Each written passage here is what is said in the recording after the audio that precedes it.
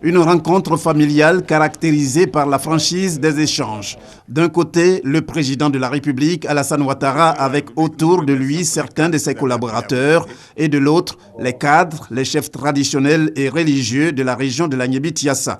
Le premier à prendre la parole, M. Touré Saïd, représentant des cadres. Le département d'Agboville compte parmi ses filles et ses fils de nombreuses compétences dans divers domaines.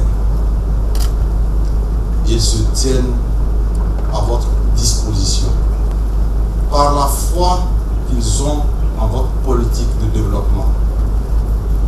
Ils ont conscience que le pays leur a donné l'instruction. Le pays a fait d'eux des cadres. Ils sont là pour vous dire qu'à leur tour, en retour, ils sont prêts à jouer leur partition dans le processus d'émergence de notre pays. Le représentant des chefs traditionnels et religieux, lui, Edi Ngbesso, pour commencer, a dit merci au chef de l'État pour l'honneur qu'il leur a fait à travers cette visite. Il a toutefois insisté au nombre des problèmes sur le manque d'eau potable à Agboville. Nous n'avons pas d'eau potable à Agboville. L'eau que nous buvons est nauséabonde. Elle est colorée. Elle a un dépôt. Vous donnez de l'eau potable à toute la Côte d'Ivoire. Vous êtes la source d'eau pure. Donnez-nous à boire, Monsieur le Président.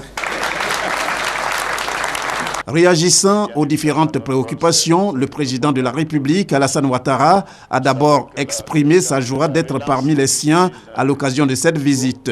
Il a ensuite réaffirmé sa détermination à poursuivre les actions de développement, aussi bien pour la Niébi-Tiassa que pour les autres régions de la Côte d'Ivoire. 30 milliards sont en train d'être investis pour la Niébi-Tiassa depuis 2012. Et nous prévoyons un investissement additionnel de 25 milliards d'ici la fin de 2015. Ce qui veut dire que pendant la période 2012-2015, nous aurons investi 55 milliards dans la Niébi-Tiassa.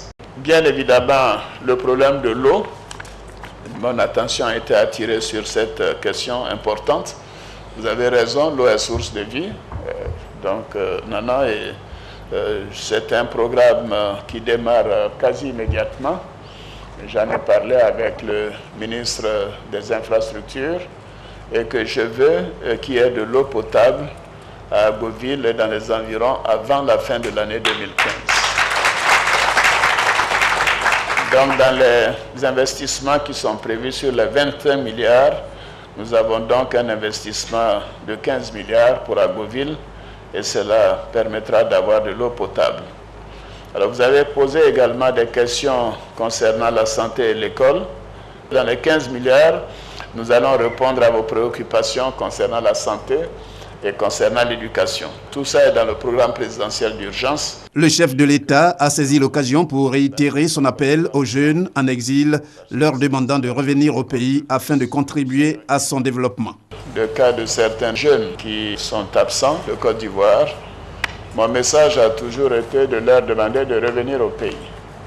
Parce qu'en réalité, cette crise a déréglé le tissu social et certaines personnes d'ailleurs qui n'ont rien à se reprocher ont pris peur et se sont éloignées pendant quelque temps et bien évidemment ce que nous voulons c'est que tous reviennent au pays et que nous puissions bâtir la Côte d'Ivoire ensemble parce que c'est la chose qui compte le plus, que nous soyons unis, que nous soyons rassemblés.